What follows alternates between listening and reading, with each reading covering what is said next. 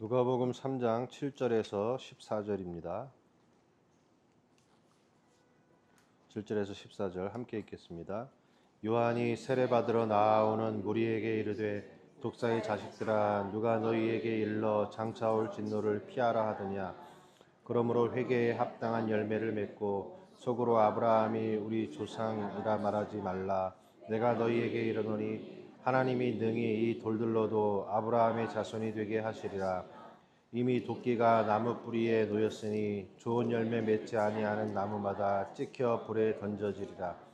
무리가 불어 이르되 그러면 우리가 무엇을 하리이까? 대답하여 이르되 옷 두 벌 있는 자는 옷 없는 자에게 나눠줄 것이요 먹을 것이 있는 자도 그렇게 할 것이니라 하고, 세리들도 세례를 받고자 하여 와서 이르되 선생이여 우리는 무엇을 하리이까 하며 이르되 부가한 것 외에는 거두지 말라 하고, 본인들도 물어 이르되 우리는 무엇을 하리이까 하며 이르되 사람에게서 강탈하지 말며 거짓으로 고발하지 말고 받는 급료를 족한 줄로 알라 하니라. 아멘. 물 속에서 마른 땅으로입니다. 요한이 요단강에서 세례를 베풀고 있습니다. 죄사함에 이르는 회개의 세례를 베푸는데 무리들이 막 나오니까 독사의 자식들아, 그래, 독사의 자식들아, 누가 너희에게 일러 장차 올 진노를 피하라 하더냐. 장차 올 진노를 받아라 이거죠. 독사의 자식들, 무리들, 세례받으러 오는 모든 무리들. 근데 그들이 누구냐 하면 8절에 나와요. 속으로 아브라함이 우리 조상이라 말하지 말라. 그러니까 이 독사의 자식들이 누구냐면 내가 혈통으로 아브라함의 자손이다 이거예요. 그러니까 아브라함의 자손이니까 나는 하나님의 선택받은 백성이다. 이렇게 생각하고 나오는 사람들이에요. 근데 그들은 뭐냐면 속으로만 그렇게 생각을 했지, 속으로만 그렇게 생각했지 실제적으로는 아무런 열매가 나타나지 않는 자들, 그들이죠. 그러니까 그들은 아브라함의 자손이 아니라 아브라함의 자손이 맺어야 될 열매를 낼 수 없는 독사의 자식들이다 이거죠. 독사의 자식이니까 독사와 같은 열매들을 내어놓고 있지 않는가. 그러면서 진정한 회개의 세례, 참다운 이스라엘의 모습을 뭐로 연결하냐면요, 하나님이 능히 이 돌들로도 아브라함의 자손이 되게 하시리라 그래요. 이 돌들로. 그러니까 여러분 여기에 정관사가 붙어 있어요. 이 돌들. 그러면은 우리는 무슨 생각하냐면 그 요단강이니까 옆에 돌멩이들 많았겠지 뭐. 저 돌멩이들 가지고도, 흔하게 있는 돌멩이들 가지고 하나님이 능히 아브라함 자손 만들 거야. 이제 그렇게 생각하기 쉽잖아요. 근데 성경은 그렇게 하질 않아요. 그 돌들, 요단강에 있는 그 돌들이 뭐예요, 여러분? 요단강의 그 돌들이. 예전에 요단강을 건너가잖아요. 이스라엘 백성이 가나안 땅에 들어갈 때, 자, 그 구조를 지금 상기시키는 거예요. 언약궤를 제사장들이 메고, 그죠? 언약궤를 제사장들이 메고, 요단강에 발을 담그니까 요단강이 갈라졌죠? 그 갈라질 때 하나님이 미리 얘기했어요. 그 갈라진 땅, 거기다가 12개의 돌을 기념비로 세워라. 그랬단 말이에요. 그 다음에 거기를 건너갔죠? 뭘 붙잡고 건너간 거예요? 언약궤에 묶여서 간 거예요. 언약궤가 없으면 강물은 갈라지지 않아요. 언약궤에 붙잡혀서 나오지 않으면 요단 강물이 집어삼켜요. 그런데 제사장들이 언약궤에 매달린 거예요. 들었다는 뜻은 매달렸다는 뜻이에요. 왜냐하면 이 언약궤를 보고 하나님이 지금 요단 강물을 갈라냈단 말이에요. 그리고 거기다가 12돌을 세우고, 그 다음에 나온 다음에, 그 다음에 요단강 바깥에, 거기가 마른 땅이에요. 물 속에 12돌을 세우고 물 바깥으로 나온 다음에 마른 땅에다가 또 12돌의 기념비를 세워요. 바로 이게 뭐냐면 이게 참다운 세례의 표상이고, 바로 이 돌들이야말로, 이 돌들 속에 담겨진 그 세례의 진정한 의미 속에서 나오는 자들이 누구냐? 그들이 참다운 아브라함의 자손이다. 지금 그 얘기를 상기시키는 거예요. 그러니까 12돌이 뭐겠습니까, 여러분? 12지파죠. 지파가 어떻게 된 거예요? 요단강 물에 잠겼죠. 들어간 거죠. 언약궤에 묶여가지고. 언약궤의 위아래 물이, 양쪽의 물이 언약궤에 묶였단 말이에요. 그러니까 묶여서 그 안에 들어갔어요. 그리고 나오니까 그 돌들은 어떻게 됐어요? 물이 덮었죠? 그죠? 덮어서 죽은 거예요. 옛사람은 죽은 거예요. 그리고 나오니까 이제는 마른 땅이에요. 마른 땅. 그 마른 땅에 12돌이 세워졌어요. 그것도 언약궤에 붙들려 가지고 언약궤에 매달려서 나온 12돌. 그들이 누굽니까? 새 이스라엘, 참다운 아브라함의 사람들이다 이거예요.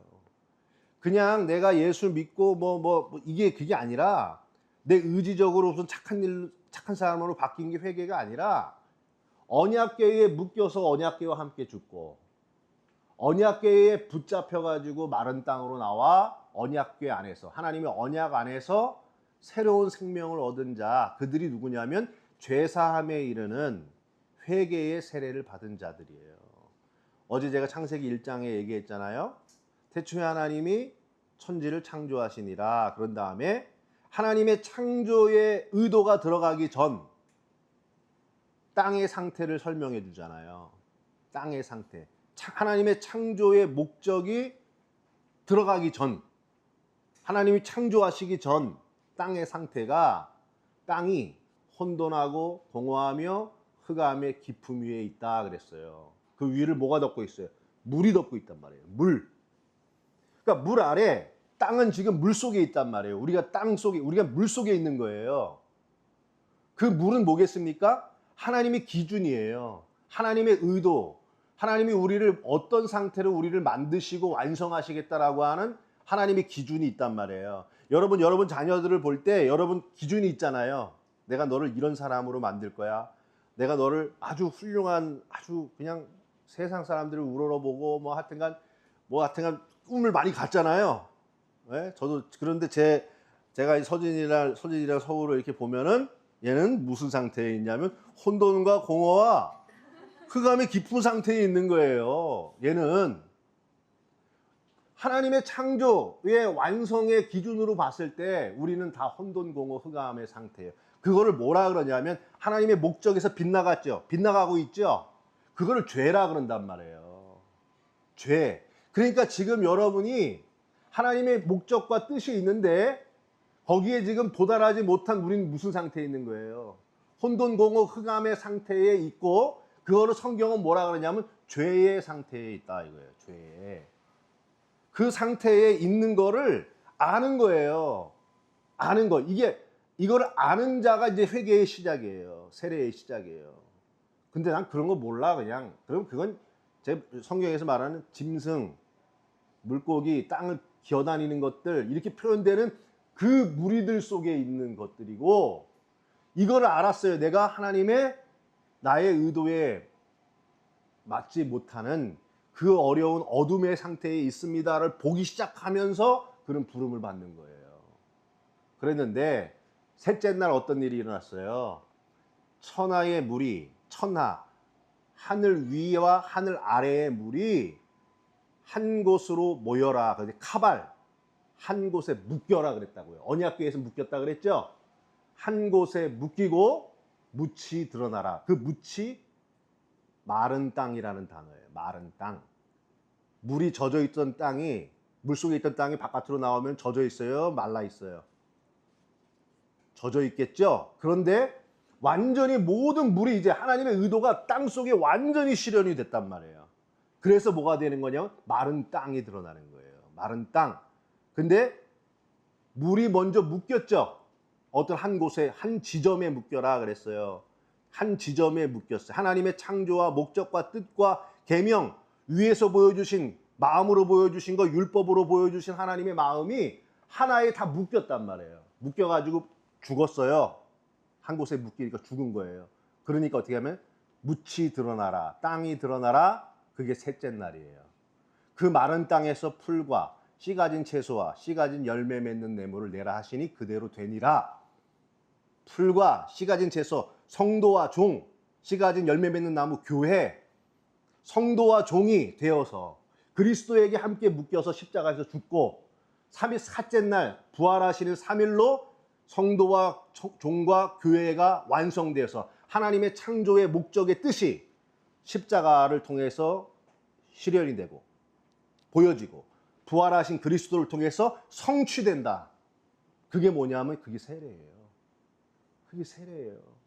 그러니까 여기에 지금 그 다음 나오는 사람들 있잖아요. 뭐 세리도 나오고 군인 나오죠. 왜 이들을 등장시켰을까요? 우리는 그들이 걸어 나왔겠죠.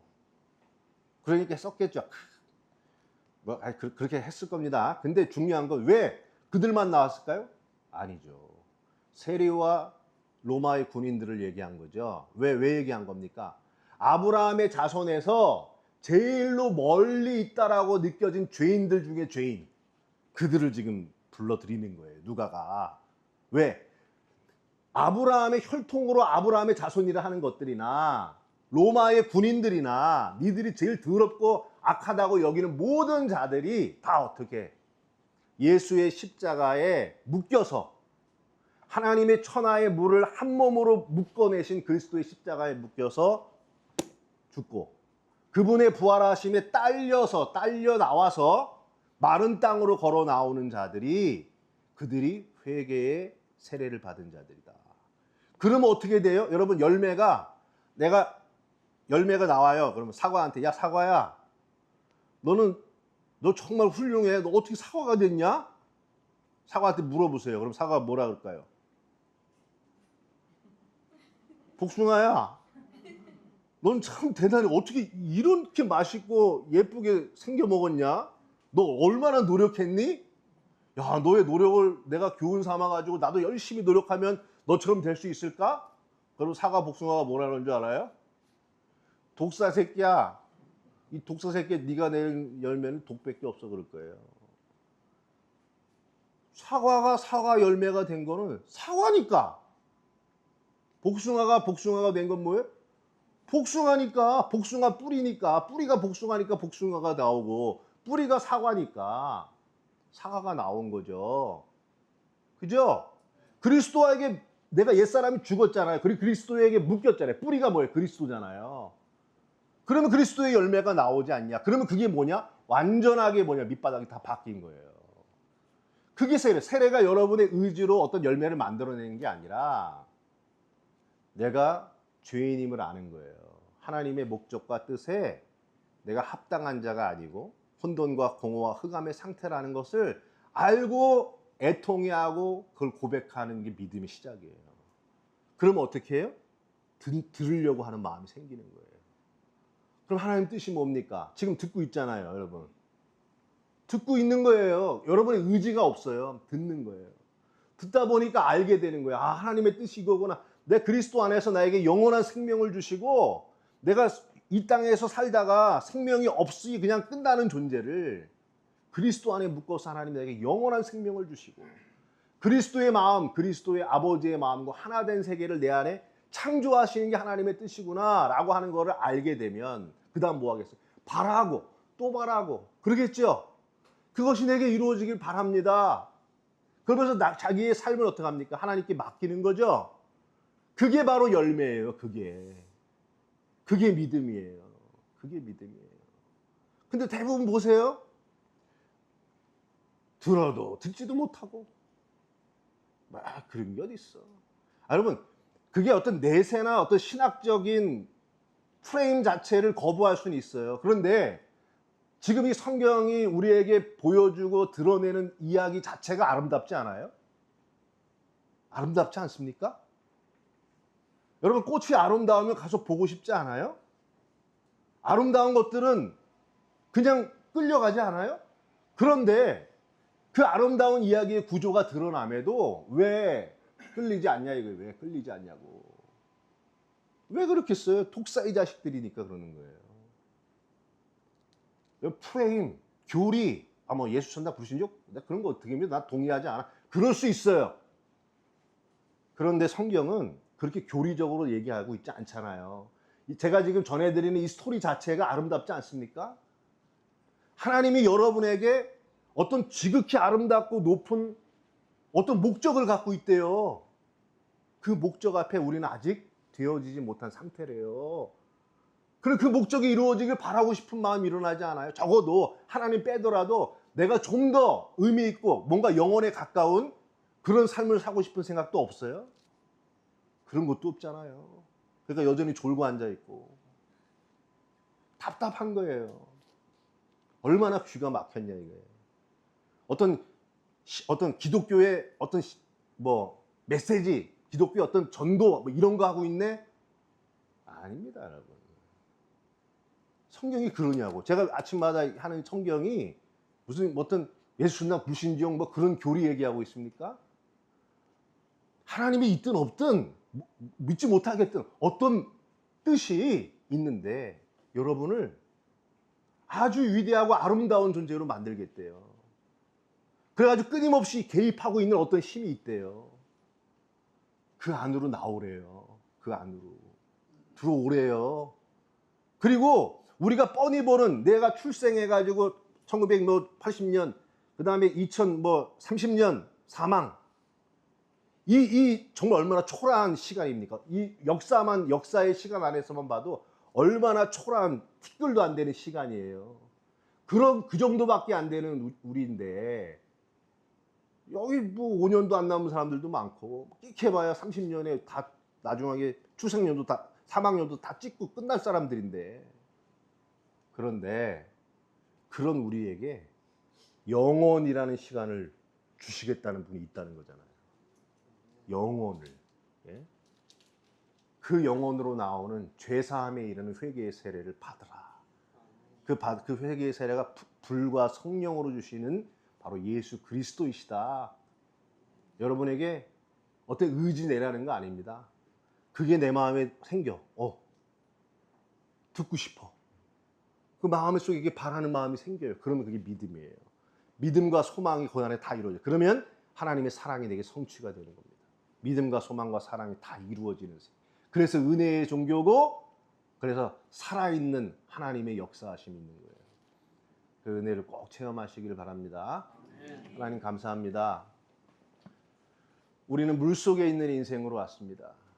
마른 땅으로 하나님의 창조의 목적과 뜻에 맞는 모양으로 나오기를 원합니다. 내 힘으로 나올 수 없으나 언약궤이신 예수 그리스도의 십자가 언약에 묶여서 그 생명, 그 영원한 생명으로 걸어 나오게 하여 주옵소서. 예수님의 이름으로 기도했습니다. 아멘.